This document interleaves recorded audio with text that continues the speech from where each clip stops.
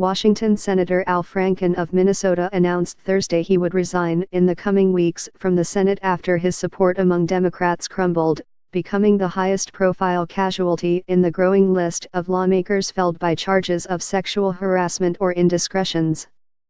I of all people am aware that there is some irony in the fact that I am leaving while a man who has bragged on tape about his history of sexual assault sits in the Oval Office, and a man who has repeatedly preyed on young girls' campaigns for the Senate with the full support of his party, Mr. Franken said. His references to both President Trump, who has been accused of inappropriate sexual behavior including harassment and assault, and Roy S. Moore, the Republican nominee for an Alabama Senate seat who faces allegations that he molested teenagers, followed Mr. Franken's steadfast denial that he himself had done anything wrong. Mr. Franken said he had been ready to cooperate fully with a Senate Ethics Committee investigation but that he decided to leave office because it became clear he could not both pursue the investigation and represent the people of Minnesota. He maintained that he would have ultimately been cleared. Some of the allegations against me are simply not true, Mr. Franken said. Others I remember very differently. He went on to say he felt confident he had represented the people of Minnesota well.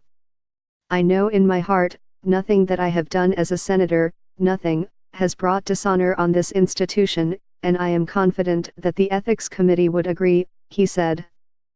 He also said he was shocked and upset by the harassment allegations and that in responding to the claims, he may have given people the false impression that he was admitting to any of the accusations.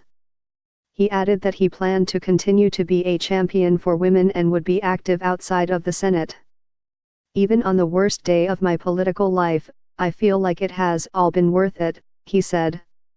Politics, Paul Wellstone told us, is about the improvement of people's lives. I know that the work I have been able to do has improved people's lives. I would do it all over again in a heartbeat. Nearly all of the Senate's Democratic women and most Democratic men, including the Senate's top 2 Democrats, called for Mr. Franken to resign after a 6th woman came forward to charge that he had made an improper advance on her. Enough is enough, declared Senator Kirsten Gillibrand, Democrat of New York. The accusations against Mr. Franken include an episode of forcible kissing on a USO tour before he was elected and several allegations that he groped women as he posed with them for photographs. This decision is not about me, he said Thursday. It is about the people of Minnesota. Over the last 3 weeks, Mr. Franken has repeatedly apologized for his behavior, although he has also challenged some of the accusations of impropriety lodged against him. Until Wednesday, he had said he would remain in his job and work with a Senate Ethics Committee investigation of his case. But his Democratic colleagues in the Senate made clear on Wednesday that his apologies and admissions were not enough.